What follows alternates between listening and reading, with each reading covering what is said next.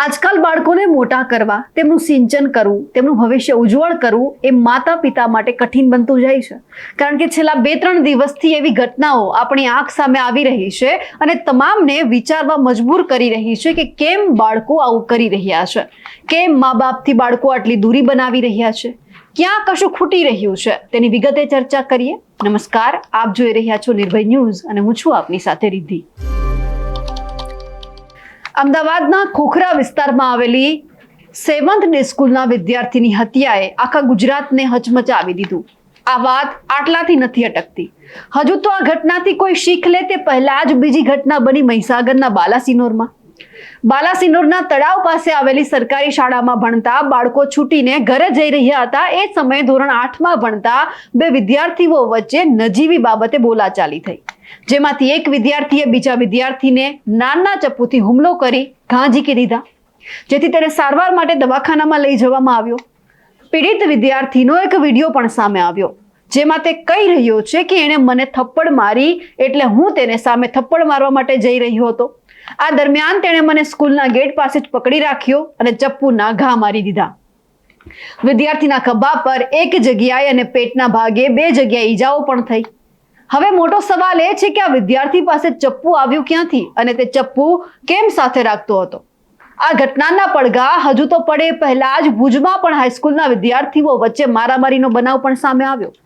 ભુજની વીડિયા હાઈસ્કૂલમાં ધોરણ 10માં અભ્યાસ કરતા એક વિદ્યાર્થી પર અન્ય 10 જેટલા વિદ્યાર્થીઓએ હુમલો કર્યો અને લોહી લુહાણ કરી નાખ્યો.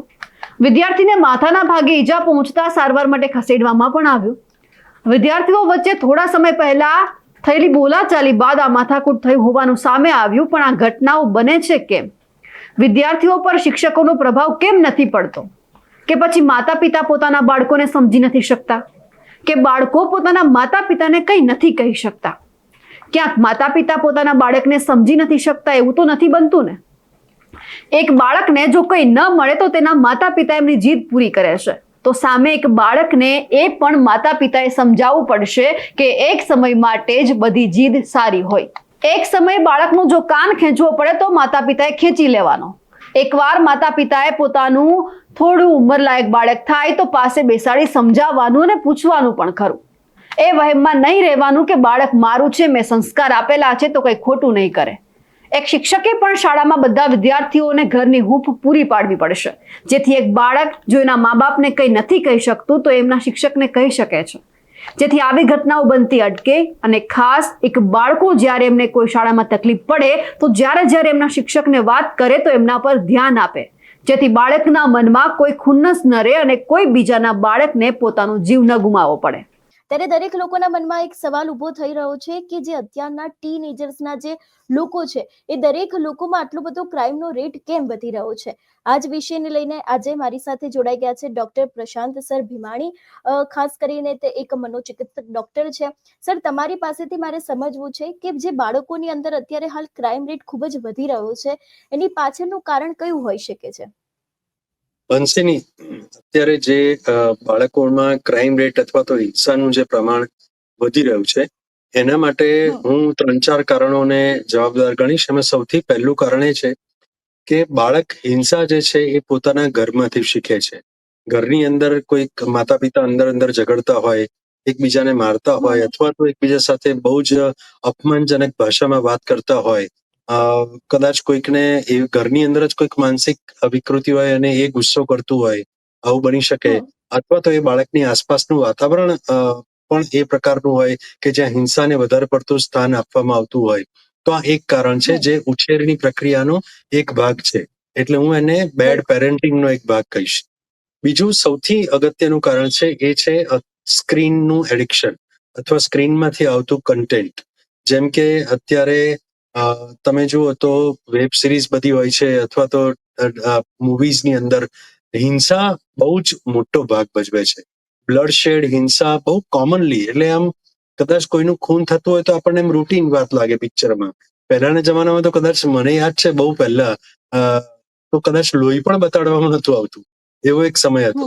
પણ હવે તો એટલું બધું વિકૃત રીતે એ બતાવવામાં આવે છે કે હિંસા બહુ જાણે કોમન થઈ ગઈ છે.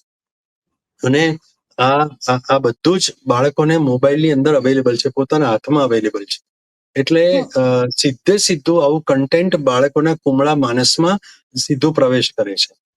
ત્રીજી વાત એવી છે કે એમની સંગત એવી હોય ઘણી વાર કે એ લોકો એવી સંગતમાં રહેતા હોય કે જ્યાં એમણે કમ્પલસરી અમુક બાબતો પર જ ધ્યાન આપવાનું હોય, જેમાં હિંસાને સ્થાન હોય, જેમાં મારામારીને સ્થાન હોય, અને એવું કંઈક કરે તો જ એ વધારે સારું ગણાય ને લોકો એને મહત્વ આપે.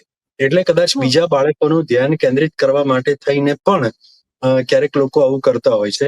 એટલે આ છોકરાઓની વાત છે કે ભાઈ બીજા એના ગ્રુપમાં અંદર કોઈ પોતે પોતાનો રૂઆબ બતાવવા માટે કે બળાશો આંકવા માટે પણ પોતે અમુક પ્રકારનું વર્તન કરતા હોય છે. બીજું એક કારણ એવું જોવા મળ્યું છે કે મિત્રોની વચ્ચે કોઈકનું બુલિંગ થાય અથવા તો કોઈની હેરાનગતિ થાય ત્યારે પણ કેટલાક લોકોની અંદર હિંસાત્મક વલણ વધી જતું હોય છે. આ બહુ મોટું કારણ છે મિત્રોની અંદરની માથાકૂટ. આ એક બહુ જબરજસ્ત મોટું કારણ અત્યારે બહાર આવી રહ્યું છે. અને હજી એક કારણ છે જેના પર લોકોનું બહુ ધ્યાન જતું નથી કે નાની ઉંમરમાં પણ વ્યસનો વધી ગયા છે. એટલે વ્યસનની ઇન્ફ્લુએન્સ નીચે કેટલાક લોકો સમાજ વિરોધી વર્તન કરી બેસે છે. આ બધા એના મુખ્ય કારણ. બીજા ઘણા બધા કારણ છે. અમુક માનસિક રોગોમાં પણ આવું થાય, પણ એનું પ્રમાણ બહુ ઓછું છે. સર, ખાસ કરીને તમે કહ્યું એ પ્રમાણે પહેલું કારણ આપણું એ હતું કે પેરેન્ટ્સ હોય છે એ લોકોના ઘરમાં ક્યાંક આવું કંઈક થતું હોય, અથવા તો પછી કોઈ જે બાળક હોય છે એની આસપાસ આવું કંઈક જોતું હોય, એના કારણે એના ઉપર એની અસર થઈ શકે છે. કઈ એવી બાબતો છે જે ઘરમાં ધ્યાન રાખવી જોઈએ કે બાળક છે એ આવા રસ્તે ન જાય, એના માટે કોઈક એવા ફેક્ટર છે, કોઈક એવા બેરિયર એની વચ્ચે આવવા જોઈએ જેથી કરીને તે એ રસ્તે ન જાય? બહુ સરસ સવાલ છે હંસિની, કારણ કે આ જ માતા પિતાએ સમજવાનું છે. સૌથી પહેલા તો ઘરની અંદર કોઈ પણ જાતની ચર્ચા થતી હોય તો ચર્ચા સુધી રહેવી જોઈએ, ઝઘડા સુધી ના પહોંચવી જોઈએ. એટલીસ્ટ બાળકના દેખતા આટલું તો દરેક માતા પિતાએ ધ્યાન રાખવું ખૂબ જરૂરી છે. આ બેઝિક પેરેન્ટિંગનો આ એક બેઝિક મૂળભૂત નિયમ છે. અને આને કારણે કેવું થાય છે કે બાળક, જેમ આપણે ઘરની અંદર જે ધાર્મિક કોઈ માન્યતા હોય, ધારો કે એક ભગવાનને પગે લાગવાની, કોઈ પણ પોતપોતાના, તો બાળકને શીખવાડવું પડતું નથી, એ જોઈને શીખી જાય છે કે મારે અહીંયા પગે લાગવું. એવી રીતે બાળક રડતા પણ શીખે છે, બાળક હસતા પણ શીખે છે, ગુસ્સો કરતા પણ શીખે છે, આક્રમક બનતા પણ શીખે છે, અને પ્રેમ એક્સપ્રેસ કરતા પણ શીખે છે. આ બધું જ બાળક જે છે માતા પિતા પાસેથી શીખે છે, કારણ કે એમની પાસેથી ડાયરેક્ટ એનું અનુકરણ અને અનુસરણ થતું હોય છે. એટલે માતા પિતાએ પોતાના વર્તનમાં ચેન્જીસ કરવા એ ખૂબ જરૂરી છે. આ સૌથી પહેલી બાબત છે. બીજું એ છે કે બાળક કોની સાથે રહે છે, બાળકના મિત્રો કોણ છે, એ શું કરે છે, એનું ઓનલાઈન બિહેવિયર કેવું છે, અને એ બધી જ બાબતોની સીધી આડકતરી રીતે માતા પિતાએ જાણકારી રાખવી ખૂબ જરૂરી છે. અને બીજું એ છે કે બાળક જે છે એને જ્યારે બોલતું હોય છે, સ્કૂલમાંથી આવીને કંઈક થયું હોય, પહેલા જ દિવસથી બાળક કંઈ ગુનેગાર હોતું નથી, પણ એને કોઈકની સાથે કંઈક માથાકૂટ થઈ, ટીચરે કંઈક કીધું, કોઈ અપમાન કર્યું, કોઈક સારી વાત થઈ, તો માતા પિતાએ એને શાંતિથી સાંભળવાની તૈયારી રાખવી જોઈએ. કારણ કે મોટે ભાગે થાય છે એવું કે બાળક બોલવા જાય તો માતા પિતા તરત જ ઉપદેશો ચાલુ કરી દે છે, એને બોલવા જ નથી દેતા. એને મનની અંદરની વાત જે હોય તે, ભલે ને એકની એક વાત કરે, રિપીટેડ વાત કરે, ઘણી વાર આપણને એમ લાગે કે આમાં શું છે, આ નાની વાત છે, પણ તમારા માટે નાની વાત છે, બાળક માટે નાની વાત નથી. એ બાળક તમને કહે છે એ બહુ મોટી બાબત છે, એને તમે શાંતિથી સાંભળો અને બાળક સાથે સ્વસ્થ સંવાદ કરો, આ ખૂબ જરૂરી છે. જો બાળક સાથે માતા પિતા હેલ્ધી વાતાવરણમાં સરસ રીતે સંવાદ કરતા હશે, પોતાને જે કહેવું હોય એ પણ ખૂબ પ્રેમથી ને શાંતિથી કહેશે, અને બાળકની વાત પણ એવી રીતે સાંભળશે, તો ધીરે ધીરે આ સંબંધ બહુ મજબૂત થાય છે. અને બાળક પોતાની ઇમોશનલ વોઇડ અથવા તો લાગણીનો ખાલીપો બહાર શોધવા નહીં જાય, સ્ક્રીનમાં શોધવા નહીં જાય, ગમે તે સંગતમાં શોધવા નહીં જાય, એ માતા પિતા પાસે કે ઘરની કોઈ વ્યક્તિ પાસે એ એક્સપ્રેસ કરશે. એટલે માતા પિતાએ આ સમજવાની જરૂર છે કે બાળકને ખરેખર એના મનની વાત મૂકવાની એક જગ્યા, મોકળાશ ભરી જગ્યા એને આપવી જરૂરી છે. અને બીજું હું કહું કે કેટલાક લોકો ક્યારેક એવું કરતા હોય છે કે બાળકના દેખતા ના કરે પણ છુપો ગુસ્સો રાખતા હોય છે, તો આ પણ બાળક તો જુએ જ છે, એને બધી ખબર પડે છે કે આની અંદર રોષ છે, અને એ કોઈ તમે ત્રીજા વ્યક્તિ સાથે કેવી રીતે વર્તન કરો છો એ જોઈને પણ બાળક શીખે છે.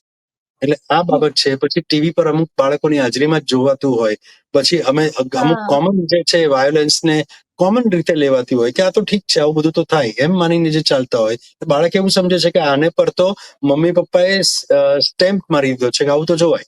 એટલે એ વસ્તુઓ નોર્મલ રીતે બાળક સ્વીકારતું થઈ જાય છે. એટલે આ માતા પિતાની જવાબદારીની મેં વાત કરી. સર, બીજી એક વસ્તુ ખાસ કરીને એ સમજવી છે કે ઘણી બધી વખત બાળકોના મનમાં ખરાબ વિચાર આવતા હોય છે. કદાચ એ બાળક છે એને પોતાના ઘરમાં કંઈ જોયું હોય, સ્કૂલમાં કંઈક જોયું હોય, ટ્યુશન સમયે અથવા તો કોઈ પણ સમયે કંઈક એવી વસ્તુ જોઈ લીધી હોય જેના કારણે ક્યાંક એ આક્રમક બનતું હોય છે, અથવા તો પછી જે બીજી થોટ પ્રોસેસ છે તેના મનમાં કે લોકોના ઉપર ગુસ્સો કરવો, એવા વિચારો આવતા હોય છે. એ સમયે શું કરવું જોઈએ? કારણ કે એ સમય બહુ અઘરો હોય છે. એમાં કેવું છે કે બાળકને એ વિચારો આવે ને ત્યારે એ પહેલા અમુક સંકેતો આપતું હોય છે. ધારો કે એ બાળક જે છે એ ચીડિયાપણું બતાવે, લોકોને મળવાની અનિચ્છા દર્શાવે, એનું વર્તન ગુમસુમ થવા માંડે, ક્યારેક એનું વર્તન કારણ વગરનું ઇરિટેટ થઈ જાય. આ બધું બાળકના વર્તનમાં તમને જોવા મળે. તો આવા સંજોગોમાં તમારે બાળકને શાંતિથી પૂછવું પડે એક માતા પિતા તરીકે કે બેટા શું છે, તું મજામાં છે કે નહીં, શું ચાલી રહ્યું છે તારા જીવનમાં આજકાલ, એવું શાંતિથી પૂછવું જોઈએ. આવું કરાય, આવું ના કરાય, સીધું જ એવા ઉપદેશો કે મોટિવેશનલ સ્પીકરોના વિડીયો બતાવવાનું બંધ કરી દેવું જોઈએ. કારણ કે બાળક અમુક જાણે જ છે અમુક વસ્તુઓ, કારણ કે એ બધું એને અત્યારે એ વખતે જરૂર નથી. એને માત્ર એક્ટિવ અને સપોર્ટિવ લિસનિંગની જરૂર હોય છે. એ માતા પિતાએ ત્યાં આગળ પ્રોવાઈડ કરવું જોઈએ. સર, ખાસ કરીને બાળકોની સાથે જે અત્યારે હાલ જો વાત કરવામાં આવે કે 15 થી જે 21 વર્ષની ઉંમર સુધીના જે બાળકો છે એ દરેક લોકોમાં પણ ક્રાઇમનો રેટ એટલો જ વધી રહ્યો છે.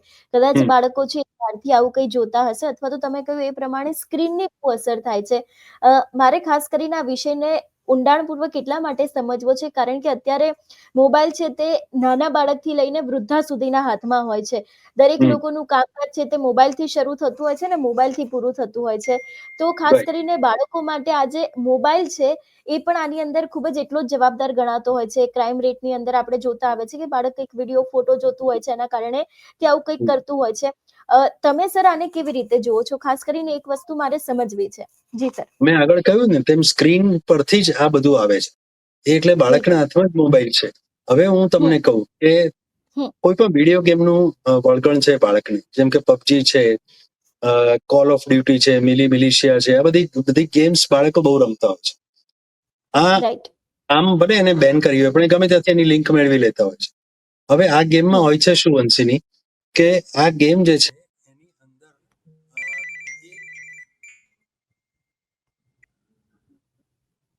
અંદર આ ગેમની અંદર જો કોઈ વ્યક્તિ કોઈને મારે કે કોઈને દૂર કરે તો જ એને પોઈન્ટ મળે છે.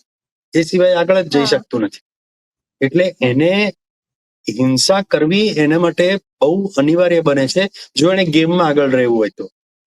અને જેવું ગેમમાં આગળ જાય એટલે એને સંતોષનો અનુભવ થાય, એટલે ડોપામિન કિક મળે, એટલે હિંસા અને ડોપામિન બે જોડાઈ જાય છે.